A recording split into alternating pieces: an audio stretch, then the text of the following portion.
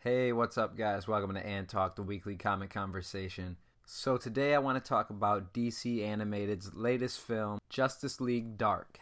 So to be honest, I feel like overall DC has done a pretty good job when it comes to their animated movies. I know last summer The Killing Joke wasn't very well received, but I honestly think it's fine if you skip the first 20 minutes. But I really did like Justice League Dark quite a bit, and I like what it introduces to the DC universe with the magic and the supernatural and all that. You know, the stuff the original Justice League cannot handle themselves, as powerful as they are. And that's basically what the plot of this movie is. The Justice League in the beginning encounters something that is of the supernatural, and they decide they can't handle it, and Batman, who's actually reluctant to believe in all this at first, ends up being the one to go out and try to recruit the people who can handle this type of thing. Prior to this, I actually didn't know much about Justice League Dark. I do know, of the characters. John Constantine is one, Zatanna, Swamp Thing, Demon. I know of these characters, but I didn't know much about them, and this movie does a pretty good job introducing them and showing enough of their backstory and who they are. If you do know anything about Justice League Dark, then you're probably a John Constantine fan. He's just that kind of guy. He's smooth. He's got the accent. He's kind of a con man, but he's really good with magic. And he's actually voiced by the guy who plays him on the show Arrow. Zatanna, who's actually a stage magician, but actually knows real magic. Swamp Thing is, the Swamp Thing.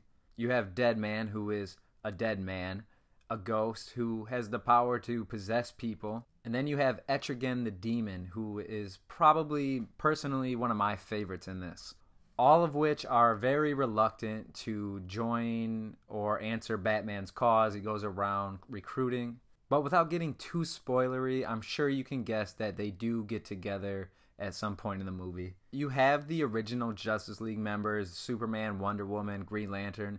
They're in the beginning of the movie, but you really don't see them much at all, to be honest. The only consistent character from the Justice League is Batman. And even though he's way out of his league, he still finds little ways to be useful and helpful.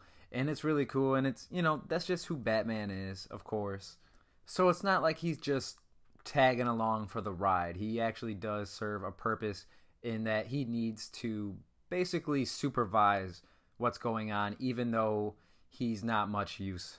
Also, Batman is kind of like a representative to the audience, because instead of having heavy-handed dialogue that explains all the magic and new stuff that's being introduced in this movie, they kind of explain it to Batman, so it makes a little bit more sense. One thing I really enjoyed was the action in this movie. Like I said, DC does a pretty good job overall with their animated movies, and sometimes in animated movies, the action isn't always the best part, but in this it's pretty good, pretty entertaining. I like the scenes where they actually show some back-in-time stuff. Like I said, I don't want to give too much spoilers, but like I said, overall the action is cool, and I like seeing the different characters and what they bring to the table. You get a little glimpse of their backstories, and I like the layers of mythology that it adds to the DC universe, at least their animated universe. But I think this movie actually would do a good job of introducing people to this part of the DC universe, the magic and the supernatural side. I think this is a good movie for them to watch if they're interested. The voice acting overall in this is pretty good. Like I said, you have the guy who plays Constantine on TV, voice acting as Constantine, and that's Matt Ryan. You have Jason O'Mara. I actually like him as Batman quite a bit. I'm not saying he's up there with Kevin Conroy, but I do enjoy him. Like I said, you got the supernatural, you got wizards, you got ghosts, you got demons, you got swamp things. It's a pretty cool premise, ideas, all that. The concepts are really cool. There's a couple scenes that are kind of creepy. It has an R rating, but I'm not really sure it needs it. It does show blood, though. And overall, I did like this movie, and I would definitely recommend it to the superhero fan. And I actually hope to see more of Constantine or more Justice League Dark in the future, animated or even on the big screen.